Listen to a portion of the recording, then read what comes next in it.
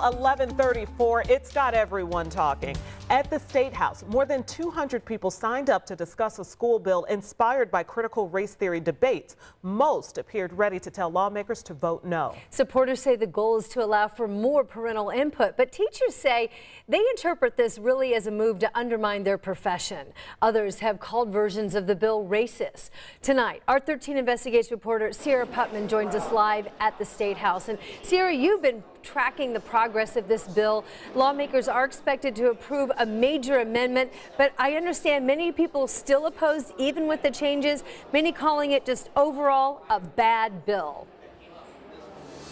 And that's why you see so many people here ready to make public comment. You can see them over my shoulder. Now, this amendment does make some major changes, including it takes out a portion of the bill that would make teachers have to post materials before teaching about it in class. It also struck out language that would allow families to sue for violations. However, this bill does still include a divisive concepts section, and I asked the bill sponsor specifically about that section of the bill that some say isn't very clear. Teachers, parents, and others gathered outside chambers to oppose HB 1134. Ahead of its hearing, Senator Linda Rogers defended her amendment, bringing in a, quote, new HB 1134. What exactly are you trying to stop teachers from teaching?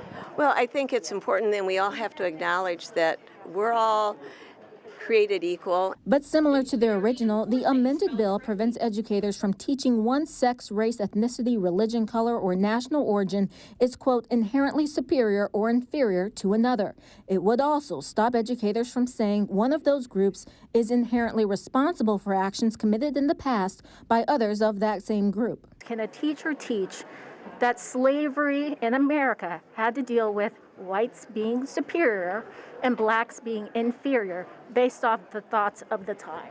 Of course, they can always teach what is in history, and so we all know what is in history.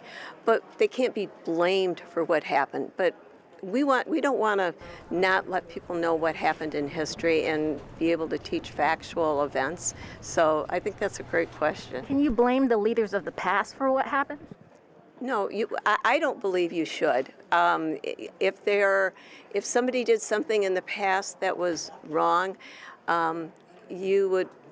I guess I don't like to throw blame without knowing and having been there. I asked Senator Rogers a follow-up question to try and clarify. So you can't blame the supporters of, say, Jim Crow laws, of segregationists, for what happened in the past in America? Well, you can maybe blame them, but you can't blame the people today. The bill allows for teaching of historical fact, but opponents worry lessons may not include context. Now, right now, testimony is underway. More than 2 people signed up to speak, and lawmakers said if everyone talks, well, they could be here until midnight. So they asked groups to designate a spokesperson to speed everything up. We'll see if that actually happens. Lawmakers will not vote on this bill tonight.